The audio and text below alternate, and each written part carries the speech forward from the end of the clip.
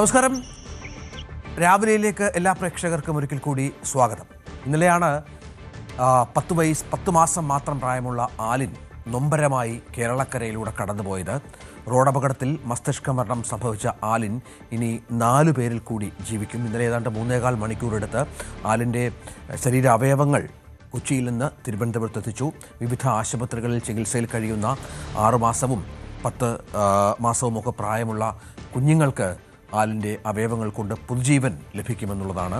മാതാപിതാക്കൾക്ക് ഒരു big salute. കാരണം തങ്ങളുടെ ഓമന കുഞ്ഞ് മരിച്ച വേദന മറക്കുന്നതിന് മുൻപ് അവരിത്തരത്തിൽ വളരെ പ്രധാനപ്പെട്ട ഒരു തീരുമാനമെടുത്തു എന്നുള്ളത് ഏറെ മാതൃകാപരമായ ഒന്നാണ്.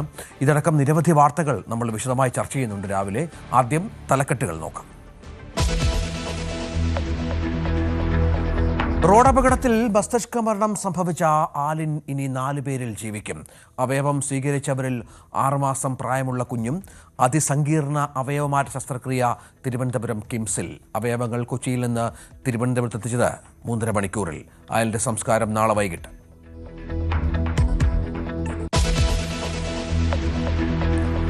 തീവ്ര വോട്ടർ പട്ടികയിലെ ഹിയറിംഗ് സമയം ഇന്ന് അവസാനിക്കും. 39,297 പേർ വോട്ടർമാർ പട്ടികയിൽ നിന്ന് പുറത്ത്. അന്തിമ പട്ടിക 21-ന്.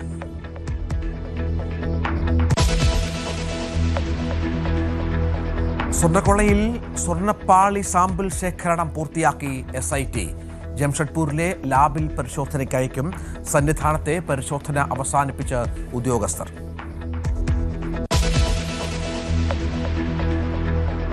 എയർ ഇന്ത്യക്ക് പിഴയിട്ട് വ്യോമയാന മന്ത്രാലയം. യാത്രക്കാരുടെ സുരക്ഷയിൽ ഗുരുതര വീഴ്ച വരുത്തിയതിന് 1 കോടി പിഴ.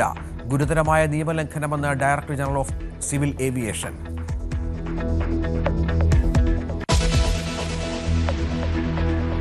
ബംഗ്ലാദേശിൽ താരിഖ് റഹ്മാൻ സർക്കാർ അധികാരത്തിലേക്ക്. ചൊവ്വാഴ്ചയോ ബുധനാഴ്ചയോ അധികാരമേൽക്കും. ബംഗ്ലാദേശ് നാഷണൽ പാർട്ടി ഭരണത്തിലേറുന്നത് 2 പതിറ്റാണ്ടിന് ശേഷം. ഷെയ്ഖ് ഹസീനയെ വിട്ടുകിട്ടണമെന്ന് BNP.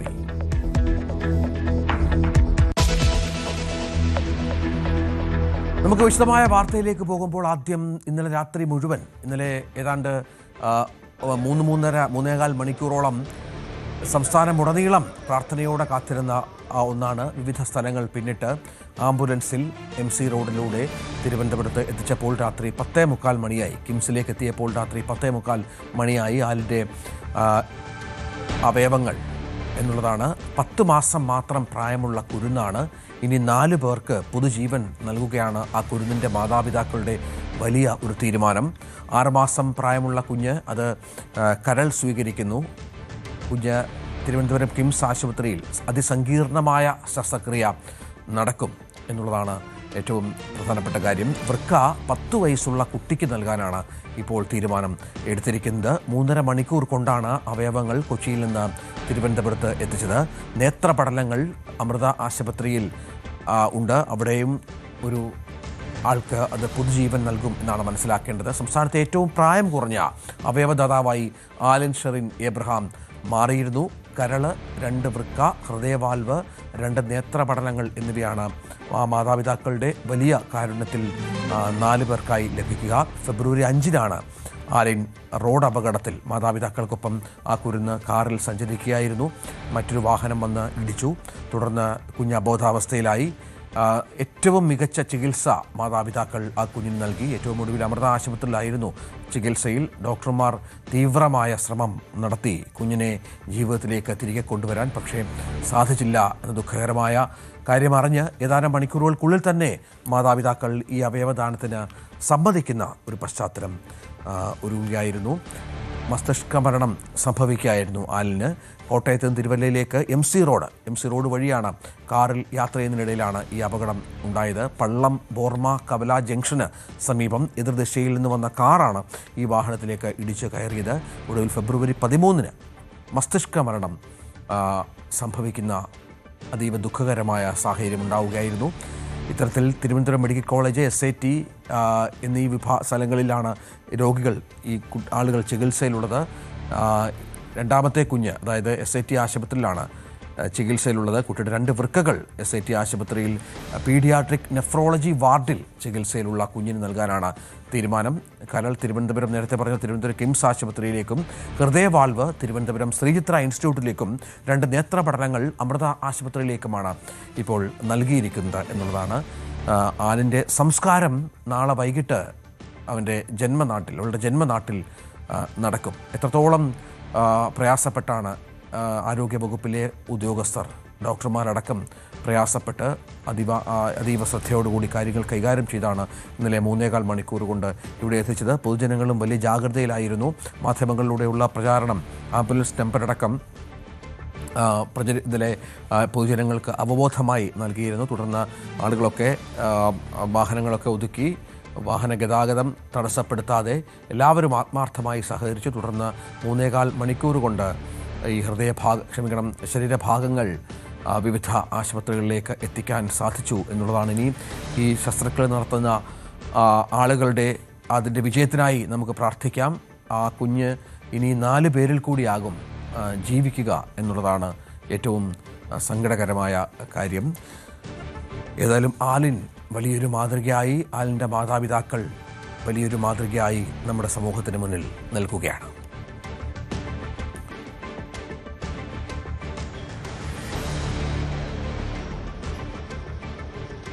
ഇതുപോലെയുള്ള ദൗത്യങ്ങൾ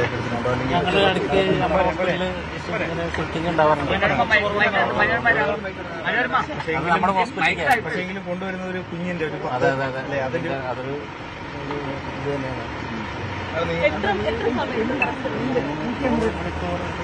കുറച്ച് ബ്ലോക്ക് കിട്ടിയായിരുന്നു.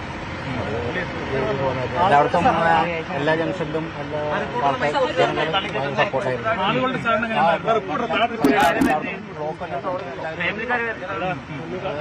വഴിയൊരുക്കിച്ചാലും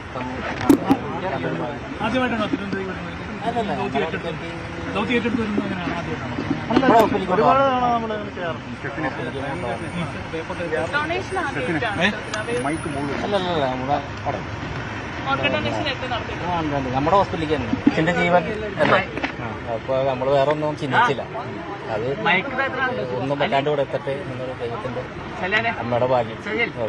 എല്ലാവർക്കും സന്തോഷമുണ്ട്. എല്ലാവർക്കും നല്ല സഹകരണം ഉണ്ടായിരുന്നു. ജനങ്ങളുടെയും പോലീസുകാരുടെയും എല്ലാ ജംഗ്ഷനും നല്ല രീതിക്ക് ക്ലിയർ ആക്കി തന്നു. നല്ല സഹകരണമായിരുന്നു. ജനങ്ങളുടെ സഹകരണം പ്രത്യേകിച്ച് എടുത്തു പറയണം.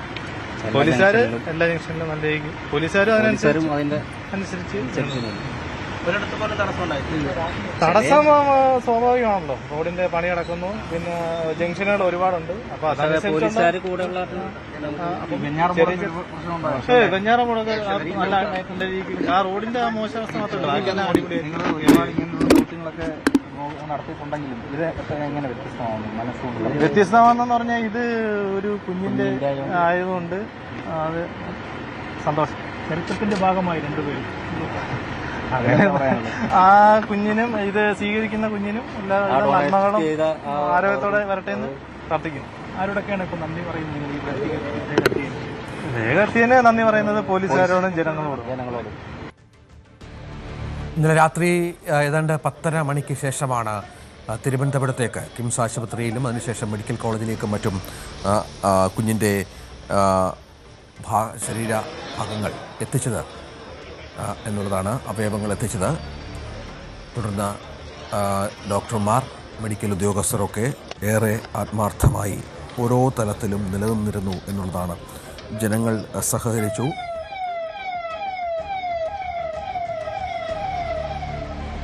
ഇന്ന് വിവിധ ആശുപത്രികളിൽ സങ്കീർണമായ നിരവധി ശസ്ത്രക്രിയകൾ നടക്കും. മറ്റൊരു വാർത്തയിലേക്ക് പോകണം. അപകടത്തിൽപ്പെട്ട് റോഡിൽ കിടന്ന യുവാക്കൾക്ക് രക്ഷകരായി KSRTC ജീവനക്കാരും യാത്രക്കാരും. മൂവാറ്റുപുഴയ്ക്ക് സമീപം മാറാടിയിലായിരുന്നു അപകടം. ആശുപത്രിയിൽ പ്രവേശിപ്പിച്ച ഒരാളുടെ നില അതീവ ഗുരുതരമാണ്. അപകടം ശ്രദ്ധയിൽപ്പെട്ടിട്ടും നിരവധി വാഹനങ്ങൾ നിർത്താതെ പോയപ്പോഴാണ് ബസ് ജീവനക്കാരും യാത്രക്കാരും സമയോചിതമായി ഇടപെട്ടത്. MS അനീഷ് കുമാർ ഏറ്റവും പുതിയ വിവരങ്ങൾ പങ്കുവെക്കുകയാണ്. അനീഷ്, മാതൃകയാവുകയാണ് KSRTC ജീവനക്കാരും മറ്റും. എന്താണ് അവിടെ സംഭവിച്ചത്? രഞ്ജിത്ത് 10 മാസം മാത്രം പ്രായമുള്ള ആലിൻ 4 പേരിലൂടെ ജീവിക്കുന്ന അല്ലെങ്കിൽ 4 പേർക്ക് ജീവിതം നൽകുന്ന വാർത്ത വരുമ്പോൾ അതിന് തൊട്ടു പിന്നാലെ തന്നെയാണ് KSRTC ജീവനക്കാരുടെയും യാത്രക്കാരുടെയും ഒരു മാതൃകാപരമായ പെരുമാറ്റം. മൈസൂർ കോട്ടയം റൂട്ടിൽ സർവീസ് നടത്തുന്ന KSRTC ഡീലക്സ് ബസ് ഇന്ന് പുലർച്ചെ 3 മണിക്കാണ് മൂവാറ്റുപുഴ കഴിഞ്ഞ് ഏതാണ്ട് 4 കിലോമീറ്റർ പിന്നിട്ട് മാറാടി എന്ന സ്ഥലത്തെത്തിയപ്പോൾ വഴിയരികിൽ ഒരു ബൈക്ക് മറിഞ്ഞു കിടക്കുന്നതായി ഡ്രൈവർ അയിൻ തങ്കച്ചന്റെ ശ്രദ്ധയിൽപ്പെട്ടത്. നമുക്കറിയാം ഡീലക്സ് ബസ്സൊക്കെ വലിയ വേഗതയിൽ പോകുന്ന ബസ്സാണ്. പക്ഷേ അദ്ദേഹത്തിന്റെ കാഴ്ചയിൽ ഈ ബൈക്ക് കിടക്കുന്നത് ശ്രദ്ധയിൽപ്പെടുകയും വാഹനം അവിടെ നിർത്തുകയുമായിരുന്നു. കണ്ടക്ടറായ വിജയകുമാറിനോട് ഇക്കാര്യം പറഞ്ഞു, യാത്രക്കാരോടും ഇക്കാര്യം പറഞ്ഞുകൊണ്ട് തന്നെ വാഹനം നിർത്തുകയും ഇറങ്ങിപ്പോയി ബൈക്കിനടുത്ത് പരിശോധന നടത്തി. അപ്പോഴാണ് ബൈക്കിൽ നിന്നും കുറച്ച് മാറി ഗുരുതരമായി പരിക്ക് പറ്റി 2 യുവാക്കൾ ഏതാനും മാറിക്കിടക്കുന്നതായി ശ്രദ്ധയിൽപ്പെട്ടത്. അവരുടെ പരിക്ക് വളരെ ഗുരുതരമായിരുന്നു. ഒപ്പം ഈ അപകടം നടന്നതിന് കുറച്ചു നേരമായി എന്ന് അതിൽ ഒരാളോട് സംസാരിച്ചപ്പോൾ മനസ്സിലാവുകയും ചെയ്തു. പക്ഷേ കുറച്ചധികം വാഹനങ്ങൾ അതിലെ കടന്നുപോയിട്ടും ആരും നിർത്തിയിരുന്നില്ല. വഴിയൊരുക്കാണ്, വലിയൊരു ഇറക്കമാണ്, അതീവ വേഗതയിൽ വാഹനങ്ങൾ പോകുന്ന ഇടം കൂടിയാണ്. ഒരുപക്ഷെ അവർക്ക് മറ്റൊരു അത്യാഹിതം അപ്പോൾ വരാത്തതന്നെ വലിയ ഭാഗ്യമെന്ന് തന്നെ പറയേണ്ടി വരും. എന്തായാലും ബസ്സിലെ ജീവനക്കാരും യാത്രക്കാരും വളരെ വേഗം രക്ഷാപ്രവർത്തനത്തിനിറങ്ങി വാഹനങ്ങൾ വഴിതിരിച്ചു വിടുന്നുണ്ടായിരുന്നു. ഒപ്പം ഈ അതീവ ഗുരുതരാവസ്ഥയിൽ ഉണ്ടായിരുന്ന ഒരാൾക്ക് ബസ്സിലുണ്ടായിരുന്ന വയനാട് സ്വദേശിയായ ഒരു നേഴ്സ് ആയ നാസിം എന്നയാൾ CPR നൽകി. അദ്ദേഹം അടിയന്തരമായി ചെയ്യേണ്ട കാര്യങ്ങളൊക്കെ ചെയ്തു. പിന്നീട് ബസ് യാത്രക്കാരും ജീവനക്കാരും പോലീസിലും ഒപ്പം ആംബുലൻസ് സർവീസിലുമൊക്കെ വിവരം അറിയിച്ചു. കേവലം 4 കിലോമീറ്റർ മാത്രമാണ് മൂവാറ്റുപുഴയിൽ നിന്നുള്ളത്. അതുകൊണ്ട് മൂവാറ്റുപുഴയിൽ നിന്ന് തന്നെ വളരെ പെട്ടെന്ന് ആംബുലൻസ് എടുത്തി അവരെ ആശുപത്രിയിലേക്ക് മാറ്റുകയായിരുന്നു. ഈ ആളുകൾക്ക് അവരെ എടുക്കാൻ കഴിയാത്ത വിധം പരിക്കേറ്റ ഒരു സാഹചര്യം ആയതുകൊണ്ടാണ് ആംബുലൻസ് എത്തിച്ച് തന്നെ അവരെ ആശുപത്രിയിലേക്ക് കൊണ്ടുപോയത്. കൂത്താട്ടുകുളം പോലീസും പിന്നീട് സ്ഥലത്തെത്തി. കൂത്താട്ടുകുളം സ്വദേശികളായ യുവാക്കളാണ് പരിക്കേറ്റവർ. ഇത് പരിക്കേറ്റ ഒരാളെ മൂവാറ്റുപുഴയിലെ സ്വകാര്യ ആശുപത്രിയിലും പിന്നീട് അടുത്തയാളെ അതീവ ഗുരുതരമായ പരിക്കുകൾ ഉള്ളതിനാൽ തൊടുപുഴയിലെ സ്വകാര്യ ആശുപത്രിയിലേക്കും മാറ്റി. ഇരുവരും സഞ്ചരിച്ച ബൈക്ക് നിയന്ത്രണം വിട്ട് മറിയുകയായിരുന്നു എന്ന ഒരു സൂചനകളാണ് ഉള്ളത്. എന്തായാലും ഈ തടിലോറികൾ അടക്കം നിരവധി വാഹനങ്ങൾ ചീറിപ്പായുന്ന ഒരു വഴിയാണ് കോട്ടയം മൂവാറ്റുപുഴ പാത. ഈ KSRTC ഡ്രൈവറുടെ ശ്രദ്ധയിൽപ്പെട്ടില്ലായിരുന്നെങ്കിൽ ഒരുപക്ഷെ 2 വിലപ്പെട്ട ജീവനുകൾ ഇപ്പോൾ വഴിയിൽ പൊലിയുന്ന ഒരു അവസ്ഥയുണ്ടായേനെ. എന്തായാലും 1 മണിക്കൂറിലധികമാണ് ആ വാഹനം അവിടെ യാത്രക്കാരടക്കം അവിടെ നിർത്തിയിടുകയും ഈ രക്ഷാപ്രവർത്തനത്തിൽ ഏർപ്പെടുകയും ചെയ്തു. എന്തായാലും ഞാൻ മനസ്സിലാക്കുന്ന അനീഷ് സംഭവ സ്ഥലത്ത് ഉണ്ടായിരുന്നു, നേരിട്ട് ഇത് കണ്ട ഒരാൾ കൂടിയാണ് അല്ലേ? നമുക്ക് മാതൃകയാക്കണം ഇത്തരം സംഗതികൾ. കാരണം നേരത്തെ പറഞ്ഞതുപോലെ ഒരുപാട് വാഹനങ്ങൾ ഇങ്ങനെ ഈ വെറും അപകടത്തിൽ പെട്ട് കണ്ടിട്ടും ജീവന് വേണ്ടി പിടന്ന് കണ്ടിട്ടും നിർത്താതെ പോയ മനസാക്ഷിയില്ലാത്ത ഒരുപാട് ആളുകൾ കടന്നുപോയൊരു സ്ഥലം കൂടിയാണത്. തീർച്ചയായും അതെ, ഞാൻ കൂടി ആ ബസ്സിൽ ഉണ്ടായിരുന്നു. എന്തായാലും ഞാനടക്കം എല്ലാ യാത്രക്കാരും ഒന്നടങ്കം അപ്പോൾ തന്നെ തീരുമാനമെടുക്കുകയും ആ ബൈക്ക് കണ്ടു എന്ന് ഈ ഡ്രൈവർ പറഞ്ഞപ്പോൾ വളരെ ശ്രദ്ധയോടുകൂടി വാഹനം ഓടിക്കുന്ന ഒരാൾ കൂടിയാണ് ഈ അയിൻ തങ്കച്ചൻ എന്ന ഡ്രൈവർ. അതുകൊണ്ടാണ് അദ്ദേഹത്തിന്റെ ശ്രദ്ധയിൽ ഈ ബൈക്ക് പെട്ടത്. ഈ ബൈക്കിന്റെ ഒരു മഞ്ഞ റിഫ്ലക്ടറാണ് അദ്ദേഹത്തിന്റെ ശ്രദ്ധയിൽപ്പെട്ടതെന്നാണ് നമുക്ക് മനസ്സിലാക്കാൻ കഴിയുന്നത്. എന്തായാലും അദ്ദേഹത്തിന്റെ ആ ഒരു ജാഗ്രത, ഒരു ബൈക്ക് കിടക്കുന്ന കണ്ടപ്പോൾ അതിനെ അവഗണിച്ച് മുന്നോട്ട് പോകാൻ കഴിയാത്ത സഹയാത്രികരോടും മറ്റ് ബസ്സിലെ ജീവനക്കാരോടും പറയുകയും ഉടൻ തന്നെ യാത്രക്കാരെല്ലാവരും ഒന്നടങ്കം അവർക്ക് പുലർച്ചെ ഉള്ള യാത്രയാണ്. പക്ഷെ അതൊന്നും ഇല്ലാതെ 2 ജീവനുകൾ ആദ്യഘട്ടത്തിൽ ഇങ്ങനെ അപകടത്തിൽ പരിക്ക് പറ്റി ആൾക്കാർ കിടക്കുന്നുണ്ടെന്ന് പോലും തോന്നില്ല. ബൈക്ക് കിടക്കുന്ന കണ്ടപ്പോൾ ഒന്ന് പരിശോധിക്കാമെന്ന് ഇറങ്ങിയതാണ്. പക്ഷെ എന്തായാലും ആ യുവാക്കൾക്ക് ഗുണകരമായി. കാരണം വഴിയോരത്തോട് ചേർന്നാണ്. ഒരുപക്ഷെ വലിയ വാഹനങ്ങളൊക്കെ പോകുമ്പോൾ ഒരുപക്ഷെ ഇവർ ഈ വഴിയരികിൽ കിടക്കുന്നത് കാണാൻ പറ്റാത്ത സാഹചര്യമുണ്ട്. ഒപ്പം ഈ ലോറിയെ പോലുള്ള അല്ലെങ്കിൽ വലിയ ബസ്സുകൾ പോലുള്ള വാഹനങ്ങൾ വരുമ്പോൾ ഇത് അറിയാതെ ഇവരുടെ ദേഹത്തേക്ക് കയറാനുള്ള സാധ്യതകളുമുണ്ട്. 2 പേർക്കും ആ കിടക്കുന്ന ഇടത്തു നിന്നും ഒരടി പോലും നീങ്ങാൻ കഴിയാത്ത വിധം പരിക്കുണ്ട്. അതിൽ ഒരാളുടെ തുടയിൽ പൂർണ്ണമായി തകർന്നിരിക്കുന്ന അവസ്ഥയിലാണ്. അദ്ദേഹത്തിന് ഒരടി പോലും മാറാൻ കഴിയാത്ത അവസ്ഥയിലാണ്. മറ്റേ ആൾക്കും ഈ CPR ഒക്കെ നൽകി ജീവൻ തിരിച്ചു പിടിച്ച ആളുടെ അവസ്ഥയും അങ്ങേയറ്റം മോശമാണ്. അതീവ ഗുരുതരാവസ്ഥയിലാണ് അദ്ദേഹം ഉള്ളത്. അദ്ദേഹത്തിനും 1 ഇഞ്ച് പോലും മാറാൻ കഴിയാതെ 2 യുവാക്കളാണ്. 19ഉം 20ഉം വയസ്സ് മാത്രമൊക്കെ പ്രായമുള്ള 2 യുവാക്കളാണുള്ളത്. എന്തായാലും എപ്പോഴാണ് അപകടം നടന്നത്, എത്ര നേരം അവർ വഴിയിൽ കിടന്നു? വാഹനത്തിൽ അനീഷ് തുടരുക. ആ വാഹനത്തിൽ 2 ഡ്രൈവർമാരുണ്ടായിരുന്നു. അതിൽ ഡ്രൈവറായ വിജയകുമാർ ഇപ്പോൾ ടെലിഫോൺ ലൈനിലുണ്ട്. വിജയകുമാർ, ആദ്യം തന്നെ ഒരു വലിയ അഭിനന്ദനം, ഒരു വലിയ നന്ദി അറിയിക്കുന്നു. നിങ്ങൾ ചെയ്തത് വലിയൊരു പ്രവൃത്തിയാണ്. തീർച്ചയായും അത് രേഖപ്പെടുത്തപ്പെടും നമ്മുടെ പല സംഭവങ്ങളിലും. സമൂഹ മനസാക്ഷി നിങ്ങളോട് വല്ലാതെ കടപ്പെട്ടിരിക്കുന്നു. എന്താണ് നിങ്ങൾ കണ്ടത്, സംഭവിച്ചത്? അത് ഞങ്ങൾ രാവിലെ വരുന്ന വഴിക്ക് വഴിയരികിൽ ബൈക്കും അതുപോലെ തന്നെ 2 പേര് റോഡിൽ വീണ് കിടക്കുന്നതായിട്ടാണ് നമ്മൾ കണ്ടത്. ഉം. അപ്പോൾ ഒരാൾ റോഡിലായിരുന്നു, ഒരാൾ വഴിയുടെ സൈഡിലായിട്ടാണ് കിടക്കുന്നുണ്ട്. അപ്പോൾ നമ്മുടെ വാഹനം ഓടിച്ചത് ആ സമയത്ത് അയൻ തങ്കച്ചൻ എന്ന് പറഞ്ഞ ഡ്രൈവറാണ്. പുള്ളി തിരുവനന്തപുരംകാരനാണ്. അപ്പൊ അദ്ദേഹം ശ്രദ്ധയിൽ കണ്ടപ്പോൾ എന്നോട് പറഞ്ഞു, സാറേ ഇതുപോലെ ഒരു ആക്സിഡന്റ് ഉണ്ടായിട്ടുണ്ടല്ലോ, എങ്ങനെ എന്താ ചെയ്യേണ്ടതെന്ന് ചോദിച്ചു. അപ്പോൾ അന്നേരം തന്നെ വണ്ടി നിർത്തി ഞങ്ങൾ ഇറങ്ങിച്ചെന്ന് നോക്കുമ്പോൾ രണ്ടുപേരും നല്ല ഗുരുതരമായ പരിക്ക് പറ്റി കിടക്കുന്നതാണ് കാണാൻ പറ്റിയത്. പിന്നെ ഞങ്ങൾ അന്നേരം തന്നെ പോലീസിൽ വിവരം അറിയിച്ചു. അതുപോലെ തന്നെ ഉടൻ തന്നെ ആംബുലൻസ് വിളിച്ചു. നമുക്ക് എടുത്ത് വേറൊരു വണ്ടിയെ കൊണ്ടുപോകാൻ പറ്റുന്ന സാഹചര്യത്തിലല്ലായിരുന്നു. എന്നാന്ന് വെച്ചാൽ അവർക്ക് നല്ല പരിക്കുണ്ടായിരുന്നു കാലിനും. അതുപോലെ തന്നെ മറ്റേ ഒരാൾക്ക് തീർത്തും അവസ്ഥ നിലയിലാണ് കണ്ടത്. പിന്നെ അവിടുന്ന് പിന്നെ നമ്മുടെ ബസ്സിലുണ്ടായിരുന്ന യാത്രക്കാരും എല്ലാവരും വളരെ നല്ല സഹകരണമായിരുന്നു. എല്ലാവരും കൂടെ കൂടി വേണ്ട കാര്യങ്ങളൊക്കെ ചെയ്തു. കാല് ഒടിഞ്ഞാക്കി നമ്മൾ വെള്ളമൊക്കെ കൊടുത്തു. അദ്ദേഹം സംസാരിക്കുന്നുണ്ടായിരുന്നു. എങ്ങനെ ഈ അപകടം സംഭവിച്ചതെന്ന് വല്ലതും പറഞ്ഞോ അവര് ചെറിയൊരു വളവുള്ള സ്ഥലമായിരുന്നു. എനിക്ക് തോന്നുന്നു വണ്ടി വീശിയെടുത്ത് വന്ന സമയത്തെങ്ങാണ്ട് നിയന്ത്രണം വിട്ടുപോയതെങ്ങാണ്ടോ ചരലെങ്ങാണ്ടുണ്ടായിരുന്നു അവിടെ. ചരല് കിടപ്പുണ്ടായിരുന്നു. വാഹനം തെന്നി അപകടം പറ്റിയ തെന്നിയതാ. ഹെൽമെറ്റ് ഉണ്ടായിരുന്നു. രണ്ടുപേർക്ക് ഹെൽമെറ്റ് ഉണ്ടായിരുന്നോണ്ടാണ് തലയ്ക്കൊന്നും വലിയ പരിക്ക് പറ്റാതെ രക്ഷപ്പെട്ടെന്ന് എനിക്ക് തോന്നുന്നത്. ഹെൽമെറ്റ് രണ്ടുപേരും ധരിച്ചിരുന്നു തോന്നുന്നു. ഒരാളുടെ ഹെൽമെറ്റ് വഴിയിൽ തെറിച്ചു വീണ് കിടപ്പുണ്ടായിരുന്നു. ഒരാൾ ഹെൽമെറ്റോട് കൂടിയാണ് ഉള്ളത്. ഇവരുടെ ആരോഗ്യനില എങ്ങനെയുണ്ട്? ആരോഗ്യനില ഞാനിപ്പോ വിളിച്ചായിരുന്നു. ഒരാള് നിർമ്മല ഹോസ്പിറ്റലിൽ, ഒരാളെ തൊടുപുഴ ഹോസ്പിറ്റലിലേക്കും കൊണ്ടുപോയിട്ടുണ്ട്. സീരിയസ് ആയിട്ടുള്ള ആളെ തൊടുപുഴയ്ക്ക് കൊണ്ടുപോയി. ഒരാള് നിർമ്മല ഹോസ്പിറ്റലിൽ അഡ്മിറ്റ് ആണ്. രാവിലെ അവരുടെ നമ്പർ, അതിലൊരു പരിക്ക് പറ്റിയ ഒരു പയ്യന് സംസാരിക്കാനൊക്കെ പറ്റുമായിരുന്നു. അപ്പം അദ്ദേഹത്തിന് നമ്പർ ഞാൻ മേടിച്ചായിരുന്നു പെയിന്റ്. ബന്ധുക്കളൊക്കെ വന്നോ? ഇവരുടെ ബന്ധുക്കളൊക്കെ അവരുടെ മൂവാറ്റുപുഴ ഹോസ്പിറ്റലിൽ കിടക്കുന്ന പയ്യന്റെ ബന്ധുക്കൾ ആരണ്ട് വന്നിട്ടുണ്ട്. അവരെ ഫോൺ അറ്റൻഡ് ചെയ്തു. ഞാൻ വിളിച്ചപ്പോ ബന്ധുക്കൾ എത്തിയിട്ടുണ്ട്. മറ്റേ പയ്യന് ഇച്ചിരി സീരിയസ് ആയതുകൊണ്ടാണ് തൊടുപുഴയ്ക്ക് കൊണ്ടുപോയത്. സമയം ഒരു 3 മണി ആ ടൈമൊക്കെ ആയതുള്ളൂ. 3:10 ആയിരുന്നു. സാധാരണയായി നിങ്ങളൊക്കെ ഈ ഇത്തരം സമയങ്ങളിൽ ഒരുപാട് യാത്രകൾ ചെയ്യുന്ന ആളുകളാണ്. ഇത്തരം ഒരുപാട് സംഭവങ്ങൾ റോഡിലൊക്കെ ആവർത്തിക്കുന്നത് കാണും. പക്ഷേ നമ്മുടെ ഒരു പ്രശ്നം, ഈ ആളുകൾ പലരും പോകുന്നവരൊക്കെ ഇത് മൈൻഡ് ചെയ്യാതെ രണ്ട് ജീവനുകൾ ഇങ്ങനെ കിടന്നിട്ടും. അത് നമ്മൾ ആ സമയത്ത് അവിടെ നിർത്തിയില്ലെങ്കിൽ കുഴപ്പം എന്താണെന്ന് വെച്ചാൽ അവര് വേറൊരു വാഹനം വന്ന് കയറാൻ സാധ്യത കൂടുതലാണ്. എന്ന് വെച്ചാൽ ആ സമയത്തൊക്കെ എന്ന് പറഞ്ഞാൽ ആ റോഡിൽ കൂടെ എപ്പോഴും സ്പീഡിൽ വരുന്ന വാഹനങ്ങളാണ് കൂടുതൽ. ശ്രദ്ധിക്കത്തില്ല. അടുത്ത് വന്നു കഴിയുമ്പോൾ നമ്മൾ ഈ കാണുള്ളൂ. ചിലപ്പം കയറി ഇറങ്ങി വണ്ടി ഇവര് വീണെന്ന് പറഞ്ഞാൽ ഇവരെ വേറെ വണ്ടികൾ വന്ന് ഇടിക്കാനുള്ള സാധ്യത വളരെ കൂടുതലാണ്.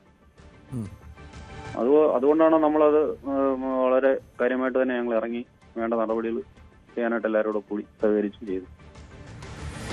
പിള്ളേരെ ഒന്നും പറ്റാതെ രക്ഷപ്പെട്ടാൽ മതിയായിരുന്നു. നമുക്ക് ആ ഒരു പ്രാർത്ഥനയേ ഉള്ളൂ. നമ്മളെ കൊണ്ട് ചെയ്യാൻ പറ്റുന്ന കാര്യങ്ങളെല്ലാം ചെയ്തു കൊടുത്തു. അന്നല്ല തന്നെ. ശരി വിജയകുമാർ, ഒരിക്കൽ കൂടി വലിയ നന്ദി അറിയിക്കുകയാണ് ഞങ്ങളുടെ ഭാഗത്ത് നിന്ന്. കാരണം വലിയൊരു പ്രവൃത്തിയാണ്, മനസാക്ഷിയുള്ളവർക്ക് മാത്രം ചെയ്യാൻ പറ്റുന്ന ഒരു കാര്യം. അങ്ങനെ ഇല്ലാത്തവരുമുണ്ട് എന്ന ലോകത്താണ് നമ്മൾ ജീവിക്കുന്നത്. കാരണം ഒരുപാട് പേർ, നേരത്തെ അനീഷ് പറഞ്ഞ പോലെ ഒരുപാട് പേർ കടന്നുപോയി. അവരൊന്നും ഈ രണ്ട് ജീവനുകളെ ശ്രദ്ധിച്ചില്ല. കുറച്ചുകൂടി ഇങ്ങനെ കിടന്നിരുന്നെങ്കിൽ നേരത്തെ വിജയകുമാർ പറഞ്ഞതുപോലെ മറ്റു വാഹനങ്ങൾ കയറി ഇറങ്ങുകയോ രണ്ട് വിലപ്പെട്ട ജീവനുകൾ നഷ്ടപ്പെടുകയും ഒക്കെ ചെയ്തതിനെയും പലരുടെ ആശ്രയമാണ് ആ രണ്ടു പേർ. ആ ബന്ധുക്കൾ ആശ്വസിക്കുന്നു. എന്തായാലും വലിയൊരു പ്രവൃത്തി KSRTC ജീവനക്കാരുടെയും ഒപ്പം യാത്ര ചെയ്തവർ കൂടി സമ്മതിച്ചില്ലെങ്കിൽ വിട്ടുപോകണം, ഞങ്ങൾക്ക് എത്രയും പെട്ടെന്ന് സ്ഥലത്ത് എത്തണമെന്നൊക്കെ പറഞ്ഞ് നിർബന്ധം പിടിച്ചാൽ ജീവനക്കാർ നിസ്സഹായരായി പോകും. പക്ഷേ യാത്രക്കാർ കൂടി ചേർന്നാണ് ഈ ഒരു പ്രവൃത്തിക്ക് നിന്നുകൊടുത്തത് എന്നുള്ളതും ഏറെ അഭിനന്ദനാർഹമാണ്. MS അനീഷ് കുമാർ ഇപ്പോൾ നമ്മോടൊപ്പം തുടരുന്നുണ്ട്. അനീഷ്, അതാണ് കാരണം ഒരുപാട് അപകടങ്ങൾ സംഭവിക്കുന്നു. ശ്രീ വിജയകുമാർ പറഞ്ഞതുപോലെ കുറച്ച് നേരം കൂടെ അവിടെ കിടന്നിരുന്ന മറ്റു വാഹനങ്ങളൊക്കെ ഒരുപക്ഷെ അറിയാതെ കയറാം. അവർക്ക് ഒട്ടും പറ്റാത്തൊരവസ്ഥയിലായിരുന്നു എന്നാണ് മനസ്സിലാക്കേണ്ടത്. തീർച്ചയായും അതാണ് ഇതിനകത്ത് ഏറ്റവും വലിയ അപകടം. കാരണം മൂവാറ്റുപുഴ പാത സംസ്ഥാനം നമുക്കറിയാം, കോട്ടയത്തു നിന്നും MC റോഡ് വഴിയുള്ള വാഹനങ്ങൾ ഏറ്റവും കൂടുതൽ ഓടിപ്പോകുന്ന ഒരു വഴിയാണ്.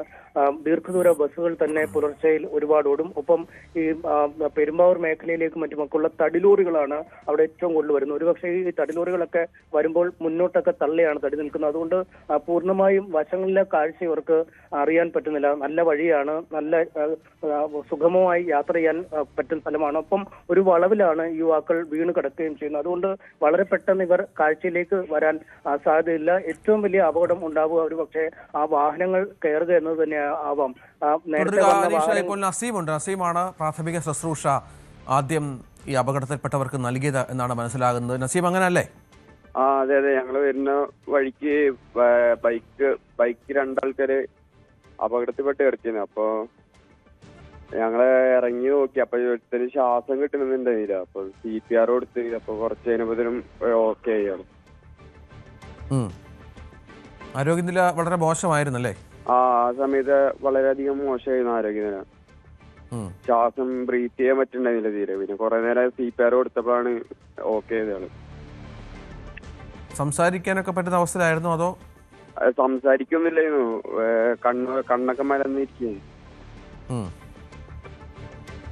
ഈ CPR ചെയ്ത് പരിചയമുണ്ടോ നസീം നേരത്തെ? ആ ഞാൻ നഴ്സിംഗ് സ്റ്റുഡന്റ് ആണ്. ബാംഗ്ലൂരിന് ശാന്തിധാമ കോളേജിൽ നഴ്സിംഗ് പഠിച്ചത്. അതുകൊണ്ട് വലിയൊരു വിലപ്പെട്ട ജീവൻ നസീം രക്ഷിക്കാനായി. ഈ പിന്നീട് ആരോഗ്യനില ആശുപത്രിയിലൊക്കെ സംസാരിച്ചിരുന്നോ? അപ്പൊ അവർ കുഴപ്പമൊന്നുമില്ലല്ലോ അല്ലേ? ഇല്ല കുഴപ്പമൊന്നുമില്ല. ഞാൻ അവിടെ ഉള്ള ആംബുലൻസ് ഡ്രൈവറുടെ നമ്പർ ഉണ്ടായിരുന്നു, വിളിക്കായിരുന്നു. കുഴപ്പമൊന്നുമില്ലെന്ന് പറഞ്ഞു. ശരി നസീം, ശരി. ഓക്കെ, നന്ദി. അനീഷ, തുടരാം. തീർച്ചയായും ഇതാണ് ഇപ്പോൾ ബാംഗ്ലൂരിൽ നഴ്സിംഗ് സ്റ്റുഡന്റ് ആയ നസീമും വളരെ പെട്ടെന്ന് തന്നെ അവസരത്തിനൊത്തു ഉയർന്നു എന്നാണ്. ആദ്യം ഈ CPR കൊടുക്കാൻ എത്തിയപ്പോൾ നമ്മളൊക്കെ പെട്ടെന്ന് ചോദിച്ചു, നിങ്ങൾ അങ്ങനെ ചെയ്യരുതെന്ന് പറഞ്ഞപ്പോൾ അദ്ദേഹം തന്നെയാണ് പറഞ്ഞത്, ഞാൻ നഴ്സാണ്, എനിക്ക് കാര്യങ്ങൾ അറിയാം എന്ന് പറയുകയും ശ്വാസം ഒരു തടസ്സപ്പെട്ട നിലയിലായിരുന്നു ഈ യുവാവ് കിടന്നതെന്നാണ് മനസ്സിലാക്കാൻ കഴിയുന്നത്. എന്തായാലും നസീമിന്റെ അടക്കമുള്ള ആ ഒരു സംയോജിതമായ ഇടപെടൽ, ഒരുപക്ഷെ ഒരു ജീവൻ നിലച്ചു നിൽക്കുന്ന ആൾക്കൊരു CPR നൽകിയാൽ അത് ജീവനിലേക്ക് തിരിച്ചു കൊണ്ടുവരാൻ കഴിയും. പലപ്പോഴും നമ്മൾ സാധാരണ ആളുകൾക്ക് ഇത്തരം കാര്യങ്ങളിൽ ഒന്ന് ഇടപെടാനൊന്ന് വൈകും. കാരണം ഒരു ഭയമുണ്ടാകും, എന്തെങ്കിലും ചെയ്താൽ കൂടുതൽ കാര്യങ്ങൾ വഷളാകുമോ അല്ലെങ്കിൽ അവരുടെ പരിക്ക് ഗുരുതരമാകുമോ എന്ന് അടക്കമുള്ള പല സംശയങ്ങളുണ്ടായും. എന്തായാലും ഒരു ആരോഗ്യ പ്രവർത്തകൻ തന്നെ ആ വാഹനത്തിൽ ഉണ്ടായിരുന്നുകൊണ്ട് തന്നെ ആ അങ്ങേയറ്റം മോശാവസ്ഥയിലായ ആൾക്ക് താൽക്കാലികമായി നമ്മൾ ആശുപത്രിയിലേക്ക് കയറ്റിവിടുമ്പോൾ, ആംബുലൻസിൽ കയറ്റിവിടുമ്പോൾ അദ്ദേഹത്തിന് കുഴപ്പമില്ലായിരുന്നു, അതീവ ഗുരുതരാവസ്ഥയിൽ തന്നെയാണ്. പക്ഷെ എന്നാലും ജീവനോടുകൂടി അദ്ദേഹത്തെ കയറ്റിവിടാൻ കഴിഞ്ഞിട്ടുണ്ട്. മൂവാറ്റുപുഴ ആശുപത്രിയിൽ എത്തിയപ്പോഴും അദ്ദേഹം അങ്ങനെ തന്നെയായിരുന്നു. ഇപ്പോൾ തൊടുപുഴയിലെ വിദഗ്ധ ചികിത്സ ലഭ്യമാവുന്ന ആശുപത്രിയിലേക്ക് കൊണ്ടുപോയിട്ടുണ്ട്. അദ്ദേഹത്തിന്റെ നില ഗുരുതരമാണ്, പക്ഷെ അദ്ദേഹത്തിന് ഒരു ജീവൻ അപായം വന്നിട്ടില്ല എന്നാണ് നമ്മൾ ഏറ്റവും ഒടുവിൽ വിളിച്ചപ്പോഴും മനസ്സിലാക്കാൻ കഴിയുന്നത്. അതാണ് ചില സാഹചര്യങ്ങളിൽ എല്ലാവരും ഒരുമിച്ച് നിൽക്കുന്നു. ഒരുപറ്റം ആളുകൾ ഇതൊന്നും കാണാതെ അവഗണിച്ച് മുന്നോട്ട് പോകുമ്പോൾ, എന്നാൽ മറുവശത്തുള്ള ആളുകൾ ഇതെല്ലാം കാണുന്നവർ ഈ സഹജീവി സ്നേഹം കൃത്യമായി പ്രകടിപ്പിക്കുന്നവരാണ്. ഈ രാവിലത്തെ സമയത്തിൽ ഓടിച്ചു വരുന്ന ആൾക്ക്, അതായത് നമുക്കറിയാം മൈസൂരിൽ നിന്നും ഓടിച്ചു വരുന്ന ജീവനക്കാരാണ് ഈ രണ്ടുപേരും. ഈ രണ്ട് ഡ്രൈവർമാരും മാറി മാറിയാണ് ഈ ബസ് ഓടിച്ചു വരുന്നത്. മൈസൂരിൽ നിന്ന് കോഴിക്കോട് വരണം, കോഴിക്കോട് നിന്നും തൃശ്ശൂർ വഴിയൊക്കെ എത്രയോ മണിക്കൂർ എടുത്താണ് അവർ ഓടിച്ചെത്തുന്നത്. അതുകൊണ്ട് വേണമെങ്കിൽ അവർക്ക് അലസമായി കോട്ടയത്തേക്ക് എത്താൻ ഇനി ഏതാനും മണിക്കൂറുകൾ മാത്രമാണ്, 1 മണിക്കൂറിൽ ചെല്ലുവാനും മാത്രമാണ് മൂവാറ്റുപുഴയിൽ നിന്നും ആ സ്ഥലത്തു നിന്നും കോട്ടയത്തുണ്ട്. അവർക്ക് വേണമെങ്കിൽ ധൃതിയിൽ ഓടിച്ച് ഇത് അവഗണിച്ചു പോയാണ്. പക്ഷേ ആ മനുഷ്യജീവന് ഇവർ എത്രമാത്രം വില നൽകുന്നു എന്നതാണ് നമുക്കിതിൽ നിന്നും മനസ്സിലാക്കാൻ കഴിയുന്നത്. അവഗണിക്കാതെ അദ്ദേഹം ആ കാര്യം ശ്രദ്ധയിൽപ്പെടുത്തിയതുകൊണ്ടാണ് ആ ജീവൻ തിരിച്ചുപിടിക്കാൻ ഇപ്പോൾ കഴിഞ്ഞിരിക്കുന്നത്. അപ്പോൾ തന്നെ മറ്റ് ജീവനക്കാർ നമുക്ക് കാണാം, ബസ്സിൽ ഉണ്ടായിരുന്ന മറ്റ് യാത്രക്കാർ വഴിയിൽ വാഹനങ്ങൾ തിരിച്ചുവിടുന്നു. ഓരോരുത്തരും മാറി മാറി ആംബുലൻസ് വിളിക്കുന്നു, പോലീസ് വിളിക്കുന്നു. ഈ കുട്ടികൾക്കൊരു ആത്മവിശ്വാസം നൽകി, കുഴപ്പമില്ല, പേടിക്കണ്ട, ഭയപ്പെടേണ്ട എന്നൊക്കെ പറഞ്ഞ ഒരു ആത്മവിശ്വാസം നൽകുന്നു. അങ്ങനെ എല്ലാ തരത്തിലും ആളുകൾ ഒറ്റക്കെട്ടായി ഒരു കാര്യത്തിന് വേണ്ടി പ്രവർത്തിക്കുന്നു. അതാണ് ഏറ്റവും വലിയ കാര്യം. നമ്മൾ ഈ 10 മാസം മാത്രം പ്രായമുള്ള ഒരു കുട്ടി 4 പേർക്ക് ജീവൻ നൽകുന്ന ഒരു മഹത്തായ കർമ്മം നടന്നത് നമ്മൾ ഇന്നലെ മുതൽ കണ്ടുവരികയാണ്. അങ്ങനെയുള്ള സാഹചര്യത്തിലാണ് പലപ്പോഴും ഇതിനെയൊക്കെ അവഗണിച്ചു പോകുന്ന ആളുകൾക്കൊരു കണ്ണ് തുറക്കേണ്ട ഒരു സംഭവം കൂടിയാണിത്. എന്തായാലും KSRTCക്ക് പലപ്പോഴും കയ്യടിയും കല്ലേറും ഒക്കെ ലഭിക്കാറുണ്ട്. പക്ഷേ ഇക്കാര്യത്തിൽ അവർ അവരുടെ ഓട്ടം മാറ്റി, അല്ലെങ്കിൽ യാത്രക്കാര് അവരുടെ ഒരു അസൗകര്യങ്ങളൊക്കെ മാറ്റി പലയിടങ്ങളിലേക്ക് പോകേണ്ടവരൊക്കെയാണ് ഇറങ്ങിയത്. പക്ഷെ അതൊക്കെ മാറ്റി എല്ലാവരും ഒരു 2 യുവാക്കളുടെ ജീവൻ രക്ഷിക്കാൻ വേണ്ടി നിന്നു എന്നതാണ് ഏറ്റവും പ്രത്യേക കാര്യം. എന്തായാലും ഞാൻ അടക്കമുള്ള യാത്രക്കാരുണ്ടായിരുന്നു. എല്ലാവരും ഒരു മനസ്സോടുകൂടിയാണ്. ഒരാൾ പോലും ഒരു മറിച്ചൊരു അഭിപ്രായം പറയുകയുണ്ട്. ഈ കാര്യം ഈ ഡ്രൈവിംഗ് സീറ്റിൽ ഇരുന്ന ഡ്രൈവർ, അടുത്ത സീറ്റിലിരുന്ന ഡ്രൈവറോട് പറഞ്ഞപ്പോൾ തന്നെ യാത്രക്കാരെല്ലാവരും ഒറ്റക്കെട്ടായി പറഞ്ഞത് വേഗം നിർത്തി നമുക്ക് നോക്കാം എന്ന് തന്നെയാണ്. എന്തായാലും ആ 2 കുട്ടികളും 2 യുവാക്കളുടെയും ആരോഗ്യനില തൃപ്തികരമായി ഉടൻ മാറും. ഗുരുതരാവസ്ഥയിലുള്ള ആളുടെ ബന്ധുക്കളിൽ നിന്ന് നമുക്കൊരു ശുഭവാർത്ത കേൾക്കാൻ കഴിയുമെന്ന് തന്നെയാണ് ഇപ്പോൾ കരുതുന്നത്. രഞ്ജിത്ത്. ശരി, അനീഷ് കുമാർ, MS അനീഷ് കുമാർ നേരിട്ട് ഈ അപകടത്തിനല്ല, ഈ യുവാക്കൾ അപകടത്തിൽപ്പെട്ട് റോഡിൽ കിടക്കുന്നത് സാക്ഷിയായിരുന്നു. അനീഷാണ് വിവരങ്ങൾ പങ്കുവച്ചത്. KSRTC ഡ്രൈവറും അതിലെ ജീവനക്കാരും യാത്രക്കാരും ചേർന്ന് 2 വിലപ്പെട്ട ജീവനുകൾ രക്ഷിച്ച വിവരമാണ് ഇപ്പോൾ പുറത്തുവരുന്നത്. മറ്റു ചില വാർത്തകളിലേക്ക് നമുക്ക് പോകണം. അത് ശബരിമല സ്വർണ്ണക്കൊള്ളയുമായി ബന്ധപ്പെട്ടാണ്. കഴിഞ്ഞ 3 ദിവസങ്ങളായി സന്നിധാനത്ത് പരിശോധന നടക്കുകയായിരുന്നു. സാമ്പിൾ ശേഖരണമടക്കം ഇപ്പോൾ പൂർത്തിയായി എന്നാണ് മനസ്സിലാക്കുന്നത്.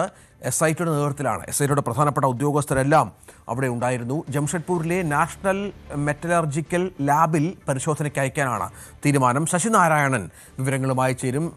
ശശിയിലേക്ക് വരാം. ഏതായാലും കഴിഞ്ഞ 3 ദിവസമായി പരിശോധനയുണ്ടായിരുന്നു. ഹൈക്കോടതിയുടെ ശബരിമല ബെഞ്ചിൻ്റെ നിർദ്ദേശപ്രകാരമാണ് ഇത്തരം ശാസ്ത്രീയ പരിശോധനകൾ ആരംഭിക്കുന്നത്. കാരണം ഇത്തരം പരിശോധനകളുടെ റിസൾട്ട് പ്രധാനമാണ് അന്വേഷണ വഴികളിൽ എന്നുള്ളതാണ്. ശശിനാരായണൻ, വിവരങ്ങൾ. രഞ്ജിത്തെ, ശബരിമല സ്വർണ്ണപ്പാളികളുടെ സാമ്പിൾ ശേഖരിക്കുന്ന നടപടികൾ പൂർത്തിയായിരിക്കുന്നു. 2 ദിവസം കൊണ്ടാണ് ഈ സാമ്പിളുകൾ ശേഖരിച്ചത്. ജംഷഡ്പൂരിലെ ലാബിലേക്കാണ് ഇത് മാറ്റുന്നത്. അവിടെയാണ് ഇത് സാമ്പിളുകൾ പരിശോധിക്കുക. എന്തായാലും ഈ കേസുമായി ബന്ധപ്പെട്ട്, സ്വർണ്ണക്കൊള്ള കേസുമായി ബന്ധപ്പെട്ട് ഇതൊരു നിർണായക പരിശോധനയായിരുന്നു. കഴിഞ്ഞ 2 തവണയും ശബരിമലയിൽ ഇത്തരത്തിൽ സ്വർണ്ണത്തിന്റെ സാമ്പിൾ ശേഖരിച്ചെങ്കിലും അതിലൊരു കൃത്യമായൊരു വ്യക്തത ഉണ്ടായിരുന്നില്ല. ശബരിമലയിൽ നഷ്ടപ്പെട്ട സ്വർണ്ണത്തിന്റെ അളവുകൾ അല്ലെങ്കിൽ അതല്ല, അതിലുപരിയായി ഈ സ്വർണ്ണത്തിന്റെ ഗുണമേന്മ അടക്കമുള്ള കാര്യങ്ങളാണ് പരിശോധിക്കുന്നത്. വ്യക്തത വരുത്തുക. നിലവിലുള്ള എത്ര സ്വർണം ഈ കേസുമായി ബന്ധപ്പെട്ട് നഷ്ടപ്പെട്ടുണ്ട്, അവിടെയുള്ള സ്വർണ്ണ ശേഖരത്തിന്റെ കണക്കുകൾ, ഇതെല്ലാമാണ് ഈ സാമ്പിൾ പരിശോധനയുമായി ബന്ധപ്പെട്ട് നടത്തിയിട്ടുള്ളത്. എന്തായാലും ഇന്നലെ ദ്വാരപാലക ശില്പങ്ങളുടെയും ഒപ്പം ഈ ക്ഷേത്രത്തിന്റെ ശ്രീകോവിലിന്റെ തൊട്ട് പുറകിലുള്ള തൂണുകളുടെയും ഒക്കെ പതിപ്പിച്ചിട്ടുള്ള സ്വർണ്ണങ്ങളാണ്. അവിടെ നിന്നാണ് സാമ്പിളുകൾ കഴിഞ്ഞ 2 ദിവസമായി 1-ാം തീയതിയും ഇന്നലെയുമായി ഈ സംഘം, പ്രത്യേക അന്വേഷണ SIT സംഘം എടുത്തത്. അവിടെ ഈ ലീഗൽ മെട്രോളജി വകുപ്പിലെ വിദഗ്ധരായ ആളുകൾ കൂടി ഇതിനകത്തുണ്ടായിരുന്നു. അതെടുത്തതിന് ശേഷമാണ് ഇപ്പം ഈ ജംഷഡ്പൂരിലാണ്, ഇതിന്റെ ലാബിലാണ് ഇതിന്റെ പരിശോധന നടക്കുക. നിലവിലുള്ള 2 പ്രാവശ്യവും SIT ഇതുപോലെ സന്നിധാനത്തെത്തി സാമ്പിളുകൾ ശേഖരിച്ചിരുന്നു. അതിന്റെ പരിശോധനയുടെ ഫലം വ്യക്തതയില്ലാത്തതുകൊണ്ടാണ് 3ാമതൊരു പരിശോധന കൂടി ഹൈക്കോടതിയുടെ അനുമതിയോട് കൂടി തന്നെ ഈ കേസിന്റെ നിർണായകമായ ഒരു തെളിവ് എന്ന നിലയ്ക്കാണ് ഈ സ്വർണ്ണത്തിന്റെ സാമ്പിൾ ശേഖരിക്കുന്ന ആവശ്യകത കൂടി മനസ്സിലാക്കിക്കൊണ്ടാണ് എന്തായാലും 2 ദിവസം മുമ്പ് ഈ സംഘം സന്നിധാനത്തെത്തിയതിനു ശേഷം ഈ പരിശോധന നടത്തിയത്, സാമ്പിൾ ശേഖരിച്ചത്. എന്തായാലും അത് ശേഖരിച്ചുകൊണ്ട് ഇനിയും അത് ജംഷഡ്പൂരിലെ ലാബിൽ കൊണ്ട് പരിശോധിച്ച ശേഷമായിരിക്കും ഇതിന്റെ ഗുണനിലവാരം, ഇതിന്റെ തോത്, അളവ് എത്രത്തോളം നഷ്ടപ്പെട്ടുണ്ട് എന്നുള്ള കാര്യങ്ങൾ കൃത്യമായൊരു കണക്ക് വരും. അതിന് കിട്ടിയതിനു ശേഷമായിരിക്കും ഹൈക്കോടതിയിലേക്ക് ഈ അന്വേഷണ സംഘം കൃത്യമായ കുറ്റപത്രം സമർപ്പിക്കുക. നമുക്കറിയാം ഈ കേസുമായി ബന്ധപ്പെട്ട പ്രധാനപ്പെട്ട പ്രതികളെല്ലാം ഇപ്പോൾ കുറ്റപത്രം സമർപ്പിക്കാത്തതുകൊണ്ട് ജാമ്യത്തിലിറങ്ങിയ പശ്ചാത്തലമുണ്ട്. അതുകൊണ്ട് ഈ കേസിന് ബലം നൽകുന്ന പ്രധാനപ്പെട്ട ഘടകമാണ് സ്വർണം നഷ്ടപ്പെട്ട സ്വർണം അത് കണ്ടെത്തുക, അതിന്റെ അളവ്, ഇതൊക്കെ തുടങ്ങിയ കുറ്റപത്രത്തിൽ പ്രധാനമായി വേണ്ടതാണ്. അതിന്റെ ഭാഗം എന്ന നിലയ്ക്ക് തന്നെയാണ് ഇപ്പൊ ശബരിമല ഈ സംഘം പരിശോധിച്ചിട്ടുള്ളത്. വരും ദിവസങ്ങളിൽ കൃത്യമായി ഇതിന്റെ വിവരങ്ങൾ ലഭിച്ച ഉടൻ തന്നെ കോടതിയിലെ ഇതിന്റെ സംബന്ധിച്ച് കുറ്റപത്രം സമർപ്പിക്കാനാണ് അന്വേഷണ സംഘം തീരുമാനിച്ചിട്ടുള്ളത്. എന്തായാലും ഇന്നലെ 2 ദിവസം കൊണ്ട് തന്നെ ഈ പരിശോധനകൾ പൂർത്തിയായിട്ടുണ്ട്. രഞ്ജിത്തെ, ഏതായാലും പരിശോധനകൾ പൂർത്തിയാക്കുന്നു. സ്വർണ്ണപ്പാളികളുടെ സാമ്പിളുകൾ ശേഖരിച്ച് ലാബിൽ പരിശോധനയ്ക്ക് അയക്കുകയാണ്. എത്ര സ്വർണം ബാക്കിയുണ്ട് എന്നുള്ളതടക്കം അറിയുക എന്നുള്ളത് അന്വേഷണത്തിന് ഏറ്റവും പ്രധാനപ്പെട്ട ഒന്നാണ്. ഹൈക്കോടതിയുടെ പ്രത്യേക ബെഞ്ചിന്റെ നിർദ്ദേശപ്രകാരം കൂടിയാണ് ഇത്തരം പരിശോധനയ്ക്ക് അനുമതി ലഭിച്ചത്. ശശിനാരായണൻ വിവരങ്ങൾ പങ്കുവച്ചു. മറ്റു വാർത്ത, AP വിഭാഗം സംസ്ഥയുടെ 100ാം വാർഷിക വിളംബര സമ്മേളനം ഇന്ന് വൈകിട്ട് മലപ്പുറം കോട്ടക്കൽ നടക്കും. General secretary Kanthapuram AP Abubakar Musliyar 100ാം വാർഷിക പ്രഖ്യാപനം നടത്തും. കാത്തിരുന്ന് കാണേണ്ടത് സുന്നി ഐക്യത്തിന്റെ കാര്യത്തിൽ എന്ത് നിലപാട് സ്വീകരിക്കും, അല്ലെങ്കിൽ പ്രഖ്യാപനം ഉണ്ടാകുമെന്നാണ്. സംസ്ഥയിൽ നിന്ന് വിട്ടുപോയവർ തിരികെ വരണമെന്ന് ജിഫ്രി മുത്തുക്കോയ തങ്ങൾ ആഹ്വാനം ചെയ്ത ഒരു പശ്ചാത്തലം കൂടി ഇതിനോട് ചേർത്ത് വെക്കണം. CV അനുഭവിച്ചേരാണ്. അനുമോദ്, സുന്നി ഐക്യം എന്നുള്ളത് വലിയ ഒരു ലക്ഷ്യമാണ്. അതിന് വിഘാതമാകുന്ന പല കാര്യങ്ങളുമുണ്ട്. അഭിപ്രായ വ്യത്യാസങ്ങൾ നിരവധി വിഷയങ്ങളിലുണ്ട്. ഇതൊക്കെ നമുക്കറിയാം. അതൊക്കെ പരിഹരിക്കണം. പക്ഷേ ഈ തെരഞ്ഞെടുപ്പിൻ്റെ സമയമാണ്. ഐക്യത്തിലൂടെ പോകുന്നതാണ് എല്ലാവർക്കും നല്ലതെന്ന പ്രഖ്യാപനം നേതാക്കളുടെ ഭാഗത്ത് ഉണ്ടായ സാഹചര്യമുണ്ട്. എന്താണ് മനസ്സിലാക്കേണ്ടത്?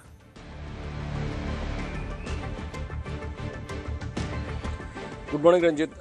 ഇന്ന് AP വിഭാഗത്തിൻ്റെ പ്രധാനപ്പെട്ട ഒരു സമ്മേളനമാണ് കോട്ടക്കലിൽ നടക്കാൻ പോകുന്നത്.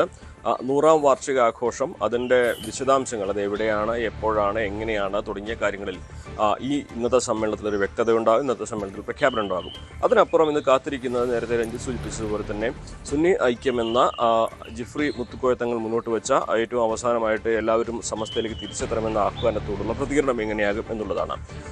നേരത്തെ തന്നെ മുൻപുണ്ടായിരുന്നത് പോലെയുള്ള ഒരു അഭിപ്രായ ഭിന്നത അത് പരസ്യമായിട്ട് ഇപ്പോൾ AP, EK വിഭാഗങ്ങൾ തമ്മിലില്ല. പല വിഷയങ്ങളിലും മഞ്ഞുരുകിക്കഴിഞ്ഞു. പല വിഷയങ്ങളിലും സമവായത്തിലെത്തിയിട്ടുണ്ട്. അവർ തമ്മിൽ പല വേദികളും പങ്കിടുന്നുണ്ട്, പരിപാടികളിൽ പരസ്പരം പങ്കെടുക്കുന്നുണ്ട്, പരസ്പരം സന്ദർശനം നടത്തുന്നുണ്ട്. അത്തരത്തിൽ സാഹചര്യങ്ങൾ ഒരുപാട് മാറിയിട്ടുണ്ട്. അപ്പോൾ ഈ ഒരു ആഹ്വാനത്തോടുള്ള അദ്ദേഹത്തിൻ്റെ പ്രതികരണം ഇന്ന് ഉണ്ടാകും എന്ന് പറയുമ്പോൾ ഏതെല്ലാം വിഷയങ്ങളിൽ സഹകരിക്കാം, എങ്ങനെ സമ്പൂർണ്ണമായ സഹകരണമാണോ അതോ പറ്റാവുന്ന മേഖലകളിൽ സഹകരിച്ച് മുന്നോട്ട് പോകാമെന്നുള്ള ഒരു നിലപാടായിരിക്കുമോ അദ്ദേഹം പ്രഖ്യാപിക്കുക എന്നുള്ളതാണ് അറിയേണ്ടത്. ഏറ്റവും പ്രധാനമായിട്ട് ഈ സുന്നി ഐക്യം വളരെ വേഗത്തിൽ അത്ര ഒരു ലയന സമ്മേളനമൊന്നും പെട്ടെന്നുണ്ടാകാനുള്ള സാധ്യതയില്ല. കാരണം പ്രത്യേകിച്ച് രണ്ട് വിഭാഗങ്ങളും തങ്ങളുടേതായ രീതിയിൽ ശക്തരാണ്, വലിയ തോതിൽ തന്നെ സ്വാധീനമുള്ള സംഘടനകളാണ്. അപ്പോൾ എല്ലാ വിഷയങ്ങളിലും ഒരു ഒത്തുതീർപ്പിലെത്തി പരസ്പരം ധാരണയോടെ പോവുക എന്ന തരത്തിലേക്ക് അത്ര വേഗത്തിൽ എത്താൻ കഴിയുകയില്ല. എങ്കിൽ പോലും മുൻപുണ്ടായിരുന്നത് പോലെ ആകില്ല. സഹകരിക്കാവുന്ന മേഖലകളെല്ലാം സഹകരിച്ച് മുന്നോട്ട് പോകാം എന്ന തരത്തിലേക്കുള്ളൊരു നിലപാട് സ്വീകരിക്കുന്നതോടെ വേദികൾ പങ്കിടുന്നതും അതുപോലെ തന്നെ മുൻപ് ചെയ്യാതിരുന്ന അല്ലെങ്കിൽ പള്ളികളിലെ കാര്യങ്ങളൊക്കെ ആണെങ്കിൽ പരസ്പരം രണ്ടായിട്ട് പോകുന്നതാണ്. അതിനപ്പുറം ഒന്നിച്ചു പോകുന്ന തരത്തിലേക്കുള്ള സാഹചര്യങ്ങൾ ഉണ്ടായേക്കാം. പക്ഷേ ഈ സുന്നി ഐക്യം യാഥാർത്ഥ്യമാകണമെങ്കിൽ രണ്ടും ഒന്നായി ലയിക്കണമെങ്കിൽ സ്വാഭാവികമായിട്ടും നിലവിലുള്ള പള്ളികളും മറ്റ് വിദ്യാഭ്യാസ സ്ഥാപനങ്ങളും തുടങ്ങിയ എണ്ണമറ്റ സ്ഥാപന ജംഗമ വസ്തുക്കളൊക്കെ ഉണ്ട് ഈ രണ്ട് സംഘടനയുടെയും കീഴിൽ. ഇതൊക്കെ തന്നെ ആരുടെ കീഴിൽ എങ്ങനെയാകും എന്നുള്ള കാര്യങ്ങളൊക്കെ വരുമ്പോൾ സ്വാഭാവികമായിട്ടും അത് ചർച്ചകളിലേക്കും അത് വീണ്ടും നീണ്ടുപോകുന്ന സമവായങ്ങളിലേക്കൊക്കെ എത്താനുള്ളൊരു സാധ്യതയുണ്ട് പ്രായോഗികമായിട്ട് ചിന്തിക്കുമ്പോൾ. പക്ഷെ അങ്ങനെ ഒരു പ്രഖ്യാപനമെങ്കിലും വന്നത്, ഒപ്പം അത്തരമൊരു പ്രാഥമികമായ ഒരു ശ്രമമെങ്കിലും ആരംഭിക്കുന്നത് ഏറെ ശ്ലാഘനീയമാണല്ലോ. ഈ പറഞ്ഞ പോലെ അനുമോദ് പറഞ്ഞ പോലെ പല വിഷയങ്ങളിലും പരിഹാരം ഉണ്ടാവേണ്ടി വരും, അതിന് ദീർഘകാലം എടുക്കുമെങ്കിൽ പോലും ഒരു പ്രഖ്യാപനം അല്ലെങ്കിൽ ഒരു ലക്ഷ്യത്തിലേക്ക് എത്തുന്നതിനുള്ള തുടക്കമെന്നുള്ളതും പ്രധാനമാണല്ലോ. തീർച്ചയായും അത് തന്നെയാണ്. ഇതൊരു ഒരുപാട് സമയമെടുക്കുന്ന ചർച്ചകൾക്ക് ഒരു തുടക്കമാകുന്ന ഒരു വേള എന്ന് വേണം നമുക്കിതിനെ പറയുവാൻ. ഇതുവരെ നടത്താതിരുന്ന അത്തരത്തിലുള്ള നീക്കങ്ങൾ തുടങ്ങുമ്പോൾ അത് ഏറെ വൈകാതെയെങ്കിലും യാഥാർത്ഥ്യമാകും എന്ന തരത്തിലേക്ക് സാഹചര്യങ്ങൾ എത്തിയേക്കാം. പക്ഷേ അത് വളരെ പെട്ടെന്ന് നമുക്ക് പ്രതീക്ഷിക്കാനാകില്ല. പ്രത്യേകിച്ച് ഇപ്പോൾ തെരഞ്ഞെടുപ്പിൻ്റെ തൊട്ട് മുമ്പിലെത്തി നിൽക്കെ അത്തരത്തിലൊരു ഐക്യം എന്നുള്ളത് വളരെ വേഗത്തിലൊന്നും സാധ്യമാകുന്നതല്ല പ്രായോഗികമായി ചിന്തിക്കുമ്പോൾ. പക്ഷേ ഇതിൽ ഒരു പോസിറ്റീവായിട്ടുള്ള ഒരു ഘടകം സമുദായത്തിലെ ഭിന്നതകൾ എല്ലാം മാറ്റി വെച്ച് എല്ലാവരും ഒന്നിക്കുന്ന ഒരു സാഹചര്യം വരുന്നു എന്നുള്ളതാണ്. സുന്നി വിഭാഗം കേരളത്തിലെ ഏറ്റവും പ്രബലമായ വിഭാഗമാണ് മുസ്ലിം മതത്തിൽ. അപ്പോൾ അവരൊന്നിക്കുന്നു എന്ന് പറയുമ്പോൾ അത് സ്വാഭാവികമായിട്ടൊരു ഐക്യത്തിന്, മുസ്ലിങ്ങളുടെ ഒരു ഐക്യത്തിൻ്റെ സാഹചര്യത്തിലേക്ക് നീങ്ങും. ഒരുപക്ഷെ രാഷ്ട്രീയമായിട്ട് അതിനേറെ പല തരത്തിലുള്ള പ്രതിഫലനങ്ങൾ ഉണ്ടായേക്കാം. ഇത് ഈ ഭിന്നതയിലേക്ക് നയിച്ചത് സമസ്തയ്ക്ക്, ലീഗിന് സമസ്തമേലുള്ള ഒരു അമിതമായിട്ടുള്ള ഒരു ആധിപത്യമായിരുന്നു പണ്ട് 1980-കളിൽ. ആ വിഷയം ഇപ്പോഴും പൂർണ്ണമായിട്ടും പരിഹരിച്ചിട്ടൊന്നുമില്ല എന്നിരിക്കെ രാഷ്ട്രീയമായിട്ടുള്ള വിഷയങ്ങൾ വരുമ്പോൾ ഇപ്പോഴും അങ്ങനെ ഒന്നിച്ചാൽ പോലും ഈ സമസ്തയ്ക്ക് പല നിലപാടുകളിലും വ്യത്യാസമുണ്ടാകും. അപ്പോൾ അത്തരം കാര്യങ്ങളിൽ കൂടി സമവായത്തിലും ചർച്ചകളിലേക്ക് എത്തേണ്ടതായിട്ട് വരും. അപ്പോൾ എന്താണെങ്കിലും വളരെ ഒരു പരിപൂർണമായൊരു ലയനോ സമ്മേളനമോ അല്ലെങ്കിൽ സുന്നി ഐക്യ സമ്മേളനമോ ഒന്നും വരും മാസങ്ങളിൽ നമുക്ക് പ്രതീക്ഷിക്കേണ്ട. പക്ഷേ അതിനുള്ള ശ്രമങ്ങൾക്ക് ഒരു തുടക്കം എന്ന തരത്തിലുള്ള പ്രഖ്യാപനം ഇന്നത്തെ ഈ വിളംബര സമ്മേളനത്തിൽ ഉണ്ടാകുമെന്ന് വേണം നമുക്ക് കണക്കാക്കുക. CV അനുമോദാണ് വിവരങ്ങൾ പങ്കുവച്ചത്. മറ്റൊരു പ്രധാനപ്പെട്ട വാർത്തയിലേക്ക് പോകണം. തിരുവനന്തപുരം നഗരത്തിൽ പട്ടാപ്പകൽ വീട് കയറി വൻ കവർച്ച. മണക്കാട് വയോധികയെ ആക്രമിച്ച് 10 ലക്ഷം രൂപയുടെ സ്വർണ്ണാഭരണങ്ങൾ കവർന്നു. കോർപ്പറേഷൻ ജീവനക്കാർ എന്ന വ്യാജേന 4 സംഘമാണ് ഇന്നലെ വെള്ളിയാഴ്ച കവർച്ച നടത്തിയത്. VV അരുൺ ഉണ്ട്. അരുണ്, സ്വർണ്ണമോഷണമൊക്കെ വ്യാപകമാണിപ്പോൾ. ഈ വയോധിക ഒറ്റയ്ക്കായിരുന്നോ? എന്താണ് സംഭവം? ഇത് മണക്കാടിന് സമീപമുള്ള ഒരു അപ്പാർട്ട്മെന്റിലാണ് സംഭവം നടന്നത്. പകലായിരുന്നു ഈ സംഭവം. നഗരസഭാ ജീവനക്കാരന് വ്യാജേന എത്തിയ ഒരു സംഘമാണ് വയോധികയെ ഭീഷണിപ്പെടുത്തി ഈ പണം കവർന്നതെന്നാണ് ലഭിക്കുന്നത്. 10 ലക്ഷം രൂപയുടെ സ്വർണ്ണാഭരണങ്ങൾ മോഷ്ടിക്കുകയായിരുന്നു. ഒരു സ്ത്രീ ഉൾപ്പെടെ ഉള്ള 4 സംഘമാണ് ഈ ഉണ്ടായിരുന്നത്. ഇതിലൊരാൾ കസ്റ്റഡിയിൽ, ഫോർട്ട് പോലീസിന്റെ കസ്റ്റഡിയായ സൂചനകളും ഉണ്ട്. ഏതായാലും ആ അപ്പാർട്ട്മെന്റ് മറ്റു ആളുകളും ഉണ്ടായിരുന്നു. ഇവർ ഇറങ്ങിപ്പോകുമ്പോഴും ഒക്കെ മറ്റ് അപ്പാർട്ട്മെന്റിന്റെ ആളുകളുണ്ട്. പക്ഷെ വളരെ സ്വാഭാവികമായി ഇവർ ആർക്കും സംശയത്തിനിട നൽകാതെ പോയി എന്നാണ് മനസ്സിലാകുന്നത്. ഈ അപ്പാർട്ട്മെന്റിനുള്ളിൽ വെച്ചാണ് ഇവരെ ഭീഷണിപ്പെടുത്തി ഈ സ്വർണം തട്ടിയെടുത്തത്. അതിനുശേഷം വളരെ സ്വാഭാവികമായി ഇറങ്ങിപ്പോയി ചെയ്തു. അതുകൊണ്ട് തന്നെ ആർക്കും സംശയം തോന്നില്ല. പിന്നീട് ഇവർ പോയ ശേഷം ഈ സ്ത്രീ പരാതി നിലവിളിച്ച് വരുമ്പോഴാണ് ആളുകൾ ഇത് അറിയുന്നത്. അങ്ങനെയാണ് പോലീസിൽ പരാതിയും പോലീസ് ഇപ്പോൾ അന്വേഷണം ആരംഭിച്ച ഒരാളെ കസ്റ്റഡി എടുക്കുകയും ചെയ്തിട്ടുള്ളത് വേണം മനസ്സിലാക്കാൻ. ഈ നഗരസഭാ ജീവനക്കാർ എന്ന വ്യാജേന അല്ലേ, അങ്ങനെ നമുക്കറിയാം നഗരത്തിലുടനീളം അത്തരം തട്ടിപ്പുകൾ പല മേഖലകളിലും അരങ്ങേറുന്നുണ്ട്. ഒരാളെയാണ് ഇപ്പോൾ കസ്റ്റഡിയിൽ. എത്ര പേരുണ്ടായിരുന്നു, അങ്ങനെ എന്തെങ്കിലും വിവരമുണ്ടോ? 4 അംഗ സംഘമാണ്. അതിലൊരു സ്ത്രീയും ഉണ്ടായിരുന്നു. സ്ത്രീ ഉൾപ്പെട്ട 4 അംഗ സംഘമാണ് അപ്പാർട്ട്മെന്റ് എത്തി നഗരസഭയിൽ നിന്ന് ജീവനക്കാരൻ അറിയിച്ച അപ്പാർട്ട്മെന്റിലേക്ക് കയറിയത്. അതിനുശേഷമാണ് ഈ കവർച്ച നടന്നിരിക്കുന്നത്. അതിൽ ഒരാൾ കസ്റ്റഡിയിലുണ്ട്. പക്ഷെ പോലീസുകാരെ സ്ഥിരീകരിക്കുന്നില്ല. പോലീസിന്റെ അന്വേഷണം മുന്നോട്ട് പോകുന്നത് മാത്രമാണ് ഫോർട്ട് പോലീസിൽ നിന്ന് ലഭിക്കുന്ന വിവരം. ഏതായാലും ഇതുമായി ബന്ധപ്പെട്ട് കൂടുതൽ വിവരങ്ങൾ വൈകാതെ ലഭ്യമാകുമെന്നാണ് പ്രതീക്ഷ. ശരി, BB അരുണാണ് വിവരങ്ങൾ പങ്കുവച്ചത്. തിരുവനന്തപുരത്താണ് ഈ സംഭവം ഉണ്ടായത്. വയോധികയെ ആക്രമിച്ച് 10 ലക്ഷം രൂപയുടെ സ്വർണ്ണാഭരണങ്ങൾ കവർന്നു എന്നുള്ളതാണ് വിവരം. നമുക്ക് മറ്റു വാർത്തകളുമായി തിരിച്ചെത്താം വളരെ വേഗം ഇടവേളയ്ക്ക് ശേഷം. മറ്റു വാർത്തയിലേക്ക്. 2 പതിറ്റാണ്ടിന് ശേഷം ബംഗ്ലാദേശിന്റെ അധികാരം ഇനി ബംഗ്ലാദേശ് നാഷണൽ പാർട്ടിക്ക്. താരിഖ് റഹ്മാൻ ചൊവ്വാഴ്ചയോ ബുധനാഴ്ചയോ അധികാരമേൽക്കുമെന്നാണ് റിപ്പോർട്ടുകൾ. തെരഞ്ഞെടുപ്പ് വിജയത്തിന് പിന്നാലെ ഷെയ്ഖ് ഹസീനയെ വിട്ടുകിട്ടണമെന്ന് BNP ആവശ്യപ്പെട്ടു. രാകേഷ് വിവരങ്ങളുമായി ചേരാൻ. രാകേഷ്, നയം വ്യക്തമാക്കുകയാണ് BNP. അതായത് ഷെയ്ഖ് ഹസീനയെ വിട്ടുകിട്ടണം എന്ന് ഇന്ത്യയോട് ആവശ്യപ്പെടുന്നു. നമുക്കറിയാം അവിടുത്തെ രാഷ്ട്രീയ മാറ്റങ്ങൾ, രാഷ്ട്രീയ സാഹചര്യങ്ങളിൽ വലിയ വ്യത്യാസങ്ങൾ സൃഷ്ടിക്കപ്പെടുന്ന പശ്ചാത്തലമൊരുങ്ങുന്നു. ഇന്ത്യയും ജാഗ്രതയോടെ നോക്കിക്കാണേണ്ടി വരും ഇനിയുള്ള സംഭവവികാസങ്ങളെ. തീർച്ചയായും രഞ്ജിത്ത്, ഇന്ത്യയും ജാഗ്രതയോടെ നോക്കിക്കാണേണ്ടി വരും. ആദ്യം തെരഞ്ഞെടുപ്പ് പോലത്തിലേക്ക് പോവുകയാണെങ്കിൽ 2 പതിറ്റാണ്ടിന് ശേഷം BNP അധികാരത്തിലേക്ക് മടങ്ങിയെത്തുന്നതെന്നാണ് ബംഗ്ലാദേശ് രാഷ്ട്രീയത്തെ സംബന്ധിച്ച് ഏറ്റവും പ്രധാനപ്പെട്ട കാര്യം. അതായത് 3-2 ഭൂരിപക്ഷത്തോടു കൂടി അവർ അധികാരത്തിലേക്ക് മടങ്ങിയെത്തുകയാണ്. 300 സീറ്റുകളിൽ 297 സീറ്റുകളിലാണ് വോട്ടെടുപ്പ് നടന്നത്. അതിൽ തന്നെ 209 സീറ്റുകൾ നേടിക്കൊണ്ടാണ് അവർ വലിയ വിജയം ഇപ്പോൾ നേടിയിട്ടുള്ളത്. തെരഞ്ഞെടുപ്പ് കമ്മീഷൻ പുറത്തുവിട്ട കണക്കുകൾ ഇങ്ങനെയാണ്. ജമാഅത്തെ ഇസ്ലാമി 68 സീറ്റുകളിൽ വിജയിച്ചിട്ടുണ്ട്. NCP 6 സീറ്റുകളിൽ വിജയിച്ചിട്ടുണ്ട്. കൂടാതെ സ്വതന്ത്രർ 7 സീറ്റുകളിൽ വിജയിച്ചു. ബംഗ്ലാദേശ് ഖിലാഫത്ത് മജ്ലിസ് 2 സീറ്റുകളിൽ വിജയിച്ചു. ഇസ്ലാമിക് ആന്തോളൻ ബംഗ്ലാദേശ് ജാതീയ പാർട്ടി, ഗുണ അധികാർ പരിഷത്ത് തുടങ്ങിയ പാർട്ടികൾ ഓരോ സീറ്റുകളിലും വിജയിച്ചു. ഏതായാലും BNPയെ സംബന്ധിച്ച് അതിനെ നയിക്കുന്ന നേതാക്കളെ സംബന്ധിച്ചൊക്കെ തന്നെ ഏറ്റവും പ്രധാനപ്പെട്ട കാര്യമാണ് ഇപ്പോൾ ഉണ്ടായിരിക്കുന്നത്. അതായത് താരിഖ് റഹ്മാനെ സംബന്ധിച്ച് അദ്ദേഹം 17 വർഷത്തിന് ശേഷമാണ് ബംഗ്ലാദേശിലേക്ക് കഴിഞ്ഞ ഡിസംബറിൽ മടങ്ങിയെത്തിയത്. പിന്നീട് പാർട്ടിയുടെ നേതൃത്വം ഏറ്റെടുക്കുകയും ആ പാർട്ടിയെ ഇപ്പോൾ അധികാരത്തിലെത്തിക്കുകയും ചെയ്തിരിക്കുകയാണ്. ബംഗ്ലാദേശ് രാഷ്ട്രീയവും ഇപ്പോൾ ഒരു മാറ്റത്തിൻ്റെ ദിശയിലാണെന്ന് തന്നെ പറയാം. കാരണം കഴിഞ്ഞൊരു 3 പതിറ്റാണ്ട് നോക്കുകയാണെങ്കിൽ ബംഗ്ലാദേശിൽ 2 നേതാക്കൾ തമ്മിലുള്ള ഏറ്റുമുട്ടലായിരുന്നു. 2 പാർട്ടികളെ നയിച്ചിരുന്ന 2 നേതാക്കളായിരുന്നു. ഒന്ന് ഷെയ്ഖ് ഹസീന, മറ്റൊന്ന് ബീഗം ഖാലിദ സിയ. ഇതിൽ ഖാലിദ സിയ അടുത്തിടെ അന്തരിച്ചു. ഷെയ്ഖ് ഹസീനയുടെ പാർട്ടി ഇത്തവണ ഈ തെരഞ്ഞെടുപ്പിൽ മത്സരിക്കുന്നില്ല. അവർ ഇന്ത്യയിൽ അഭയം തേടിയിരിക്കുകയാണ്. 2024 വിദ്യാർത്ഥി പ്രക്ഷോഭത്തെ തുടർന്നാണ് ഷെയ്ഖ് ഹസീനയ്ക്ക് അധികാരം വിട്ടൊഴിയേണ്ടി വന്നതും പിന്നീട് ഇന്ത്യയിലേക്ക് അഭയം തേടേണ്ടി വരികയും ചെയ്തത്. ഏതായാലും ഈ തെരഞ്ഞെടുപ്പിൽ അവരുടെ പാർട്ടി മത്സരിക്കുന്നില്ല. ജമാഅത്തെ ഇസ്ലാമി ആകട്ടെ ഇത്തവണ തെരഞ്ഞെടുപ്പിൽ മത്സരിക്കുകയും ചെയ്തിരുന്നു. ജമാഅത്തെ ഇസ്ലാമിയെ സംബന്ധിച്ച് അവർ വിലക്ക് നേരിട്ട പാർട്ടിയാണ്. 2025 അവർക്ക് രജിസ്ട്രേഷൻ അടക്കം പുനഃസ്ഥാപിക്കാനുള്ള ഉത്തരവ് കോടതി വിധിയുടെ അടിസ്ഥാനത്തിലാണ് അവർക്ക് പിന്നീട് രജിസ്ട്രേഷൻ ലഭിക്കുകയും ഈ തെരഞ്ഞെടുപ്പിൽ മത്സരിക്കുകയും ചെയ്തത്. 68 സീറ്റുകളിൽ അവർ വിജയിച്ചിട്ടുണ്ട്. ഒരുപക്ഷെ ഈ നിലവിലെ സാഹചര്യം, ഈ തെരഞ്ഞെടുപ്പ് എന്ന് പറയുന്നത് പ്രധാനമായും രാഷ്ട്രീയ പാർട്ടികളെ സംബന്ധിച്ചിടത്തോളം ഇന്ത്യ വിരുദ്ധത ഒരു പ്രധാനപ്പെട്ട മുദ്രാവാക്യമായിരുന്നു. ജമാഅത്തെ ഇസ്ലാമി ഒക്കെ തന്നെ അത് വേണ്ട വിധം ഉപയോഗപ്പെടുത്തുകയും ചെയ്തിട്ടുണ്ട്. 68 സീറ്റുകളിൽ അവർക്ക് വിജയിക്കാൻ സാധിച്ചിട്ടുള്ളൂ എന്ന് പറയുമ്പോൾ പോലും അവരെ സംബന്ധിച്ച് അതൊരു നേട്ടമായാണ് അവർ വിലയിരുത്തുന്നത്. കാരണം ജമാഅത്തെ ഇസ്ലാമിയുടെ തെരഞ്ഞെടുപ്പ് ചരിത്രവും കണക്കുകളും നോക്കുമ്പോൾ ഇതിനു മുൻപ് 18 സീറ്റുകൾ വിജയിച്ചതാണ് അവരുടെ ഏറ്റവും വലിയ നേട്ടം.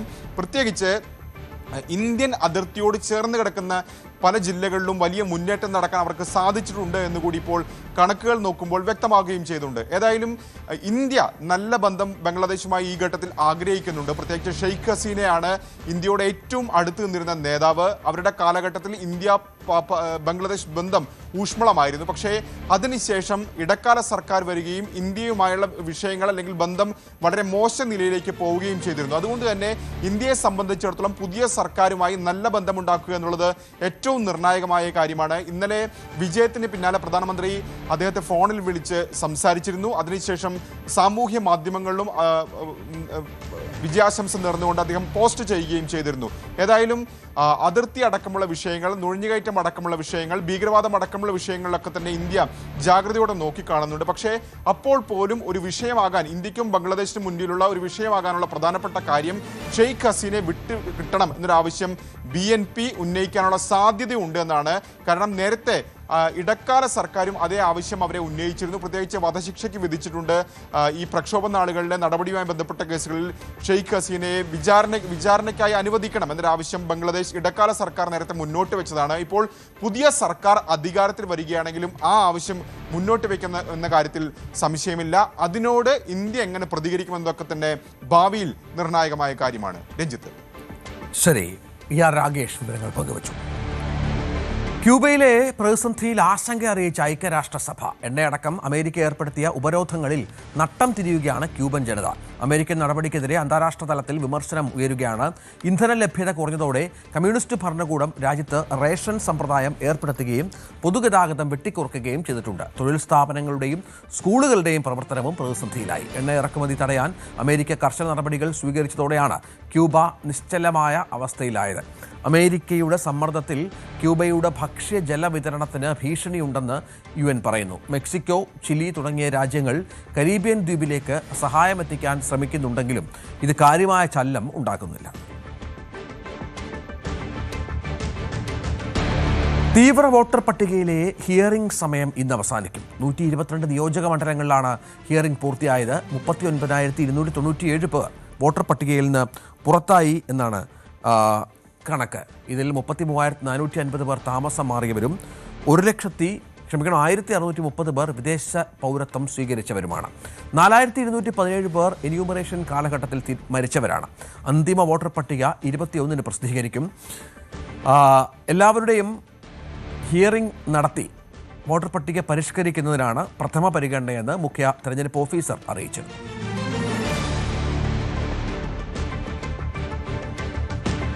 ഇടുക്കി പീരുമേട് സീറ്റിനായി കോൺഗ്രസിലും CPIയിലും സ്ഥാനാർത്ഥി മോഹികളുടെ നീണ്ട നിരയാണ്. CPIയിൽ സംസ്ഥാന ജില്ലാ നേതാക്കളും സീറ്റിനായി രംഗത്തുണ്ട്. മണ്ഡലം രൂപീകരിച്ചത് മുതൽ നടന്ന 13 തെരഞ്ഞെടുപ്പുകളിൽ 4 എണ്ണത്തിൽ മാത്രമാണ് പീരുമേട് UDFനെ തുളച്ചിട്ടുള്ളത്. ഒരു മുന്നണിയുടെയും ഉറച്ചകോട്ടയെന്ന വിശേഷണം പീരുമേടിനില്ല. എങ്കിലും 2006 മുതൽ തുടർച്ചയായി CPIക്കാണ് ജയം. ഇടതു പാർട്ടികൾക്കൊപ്പം കോൺഗ്രസിനും ഉറച്ച സ്വാധീനമുള്ള മണ്ഡലത്തിലെ വോട്ടർമാരിൽ ഭൂരിപക്ഷവും തോട്ടം തൊഴിലാളികളാണ്. വാഴൂർ സോമന് പകരക്കാരനായി ആരെ അവതരിപ്പിക്കുമെന്ന ആലോചനകളിലാണ് ഇടുക്കിയിലെ CPI നേതൃത്വം. തോട്ടം തൊഴിലാളി മേഖലകളിൽ ശക്തമായ സ്വാധീനമുണ്ടായിരുന്ന വാഴൂർ സോമന്റെ വിയോഗവും തദ്ദേശ തെരഞ്ഞെടുപ്പിൽ പാർട്ടിക്കും മുന്നണിക്കുമുണ്ടായ കനത്ത തിരിച്ചടിയും അതിജീവിച്ച് മണ്ഡലം നിലനിർത്തുക എന്ന ദൗത്യമാണ് CPIക്കുള്ളത്. CPI ഇടുക്കി ജില്ലാ സെക്രട്ടറി K. സലീംകുമാർ, സംസ്ഥാന സമിതി അംഗം ജോസ് ഫിലിപ്പ്, 4 തവണ പീരുമേട്ടിൽ വിജയിച്ച ES ബിജിമോൾ എന്നിവരുടെ പേരുകളാണ് ഉയരുന്നത്. ഇതിനിടെ വാഴൂർ സോമന്റെ മക്കളായ സോബിൻ സോമനെയോ സോബിത് സോമനെയോ രംഗത്തിറക്കണമെന്നും പാർട്ടിയിൽ ഒരു വിഭാഗത്തിന് അഭിപ്രായമുണ്ട്. അതേസമയം കോൺഗ്രസിലെ ഒരു പിടി നേതാക്കളും പീരുമേട് സീറ്റിനായി രംഗത്തുണ്ട്. കഴിഞ്ഞ 2 തവണ സ്ഥാനാർത്ഥിയായ Sireekh Thomas, KPCC vice president Roy K Paulose, KSU സംസ്ഥാന പ്രസിഡന്റ് അലോഷ്യസ് സേവിയർ, DCC അധ്യക്ഷൻ CP മാത്യു, ജില്ലാ പഞ്ചായത്ത് മെമ്പർ ടോണി തോമസ് എന്നിവരുടെ പേരുകളും മണ്ഡലത്തിൽ സജീവമാണ്. കഴിഞ്ഞ തദ്ദേശ തെരഞ്ഞെടുപ്പിൽ മണ്ഡലത്തിലുണ്ടായ മുന്നേറ്റമാണ് നേതാക്കളെ പീരുമേട്ടിലേക്ക് അടുപ്പിക്കുന്നത്. നേതാക്കളെല്ലാം മുന്നണിയിൽ പിന്തുണ ഉറപ്പാക്കാനുള്ള അണിയറ നീക്കങ്ങളിലുമാണ്. തോട്ടം മേഖലയിലെ അരക്ഷിതാവസ്ഥയിലാണ് 2 പാർട്ടികളുടെയും ഊന്നൽ. അത്രമാത്രം പ്രതിസന്ധിയിലാണ് മണ്ഡലത്തിലെ ബഹുഭൂരിപക്ഷം വോട്ടർമാരും. വരും ദിവസങ്ങളിൽ പീരുമേട് സീറ്റ് കോൺഗ്രസിലും CPIയിലും കീറാമുട്ടിയാകുമെന്നുറപ്പ്. ന്യൂസ് 18 ഇടുക്കി. നിയമസഭാ തെരഞ്ഞെടുപ്പിലേക്ക് മത്സരിക്കണമെന്ന അവസരം കോൺഗ്രസിനോട് തേടിയതായി CK ജാനു. അനുവദിച്ചില്ലെങ്കിൽ പ്രവർത്തകരോട് ആലോചിച്ച ശേഷം നിലപാട് വ്യക്തമാക്കും. മാനന്തവാടിയിലും ബത്തേരിയിലും JRP സ്വന്തം നിലയ്ക്ക് സ്ഥാനാർത്ഥികളെ നിർത്തുന്ന കാര്യം ആലോചിച്ചിട്ടില്ലെന്നും ചില പ്രാദേശിക നേതാക്കളുടെ പ്രതികരണം മാത്രമാണിതെന്നും CK ജാനു ന്യൂസ് 18നോട് പറഞ്ഞു. നിയമസഭാ തെരഞ്ഞെടുപ്പ് എടുക്കുമ്പോൾ എന്താണ് JRPയുടെ നിലപാട്? UDFനൊപ്പം ചേർന്നപ്പോഴും അല്ലെങ്കിൽ സീറ്റ് നൽകുമോ നൽകില്ലയോ എന്നുള്ള ചർച്ചകൾ സജീവമായിക്കൊണ്ടിരിക്കുമ്പോൾ നമ്മളൊപ്പം JRP നേതാവ് CK ജാനു ചേരുന്നുണ്ട്. ആ ചർച്ച ഇങ്ങനെ നീണ്ടു പോവുകയാണ്. വിവിധ തരത്തിലുള്ള വിമർശനങ്ങളുണ്ട്, ആരോപണങ്ങളുണ്ട്. സീറ്റ് തരുന്നില്ല അല്ലെങ്കിൽ ഇല്ല അതല്ല ഹൈക്കമാൻഡിനെ സമീപിച്ചിട്ടുണ്ടെന്നുള്ള ചർച്ചകളൊക്കെ നടക്കുന്നുണ്ട്. എന്തായിരിക്കും അതിലൊരു തീരുമാനം? ഇപ്പോൾ UDFിനോടൊപ്പം അസോസിയേറ്റ് മെമ്പർ എന്നുള്ള നിലയിൽ ഇപ്പോൾ പൊളിറ്റിക്കൽ രംഗത്തേക്കാണല്ലോ ശരിക്കും JRP കടന്നു വന്നിരിക്കുന്നത്. അതുകൊണ്ട് തന്നെ ഇപ്പോൾ പൊളിറ്റിക്കൽ രംഗത്ത് സീറ്റ്, അത്തരം കാര്യങ്ങൾ, ഇലക്ഷൻ എൻട്രി, ഇങ്ങനെയൊക്കെയാണ് ശരിക്കും ഇടപെടൽ നടത്തിക്കൊണ്ടിരിക്കുന്നത്. അതിൻ്റെ ഭാഗമായിട്ട് ഞങ്ങളും കേരളത്തിൽ JRP ഇപ്പോൾ 14 ജില്ലയിലും ജില്ലാ കമ്മിറ്റി പൂർത്തീകരിച്ചു കഴിഞ്ഞു. അതിൻ്റെ ഓരോ സ്ഥലത്തുള്ള മീറ്റിങ്ങുകൾ ദ്രുതഗതിയിൽ മണ്ഡലം committee, panchayat committee, booth committee തുടങ്ങിയിട്ടുള്ള കമ്മിറ്റികൾ നിരന്തരമായിട്ട് നടന്നുകൊണ്ടിരിക്കുകയാണ്. അപ്പോൾ JRPക്ക് 2 സീറ്റ് ഞങ്ങൾ ആവശ്യപ്പെട്ടിട്ടുണ്ട്. ആവശ്യപ്പെട്ടത് 1 ബാലുശ്ശേരിയും 2 മാനന്തവാടിയാണ് ആവശ്യപ്പെട്ടിരിക്കുന്നത്. അപ്പോൾ എന്തായാലും അക്കാര്യത്തിൽ ഒരു അന്തിമ തീരുമാനം സീറ്റ് ചർച്ച എന്നുള്ള നിലയിൽ നടന്നിട്ടില്ല. അത് നടക്കുമ്പോൾ നമ്മളെയും കൂടി പരിഗണിക്കും എന്നുള്ള വിശ്വാസം തന്നെയാണ് നമ്മൾക്കുള്ളത്. അത്തരത്തിൽ ഇപ്പോൾ JRPക്ക് സീറ്റില്ല എന്നുള്ള ഒരു തരത്തിലേക്ക്, അല്ലെങ്കിൽ ഈ നിയമസഭാ തെരഞ്ഞെടുപ്പിൽ JRPക്ക് സീറ്റ് നൽകുന്നില്ല എന്നൊരു പ്രഖ്യാപനം ഈ പ്രതിപക്ഷ നേതാവിൻ്റെ ഭാഗത്തുനിന്ന് ഉണ്ടാവുകയും അതിനെതിരെ JRP തന്നെ ജില്ലാതലത്തിൽ സീറ്റ് നൽകിയില്ലെങ്കിൽ മാനന്തവാടിയിലും ബത്തേരിയിലും സ്വതന്ത്ര സ്ഥാനാർത്ഥികളെ മത്സരിപ്പിക്കുമെന്നൊരു കേൾവിയുണ്ടായിരുന്നു. അത് ശരിയാണ്? അത് ശരിക്കും ശരിയല്ല. അവിടുത്തെ പ്രാദേശിക ജനങ്ങളുടെ വികാരം അവർ പ്രകടിപ്പിച്ചെന്നുള്ളൂ. JRP അത്തരം ഒരു നിലപാട്, ഒരു തീരുമാനം ശരിക്കും എടുത്തിട്ടില്ല. അതിപ്പോൾ സീറ്റ് ചർച്ച, അത്തരം കാര്യങ്ങളൊക്കെ നടന്ന് അതില്ല എന്ന അവസാനം വരുമ്പോഴല്ലേ ഒരു നിലപാട് എടുക്കേണ്ട ആവശ്യമുള്ളൂ. അതിന് മുമ്പേ ഒരു നിലപാട് എടുക്കേണ്ട ആവശ്യമില്ലല്ലോ ശരിക്കും.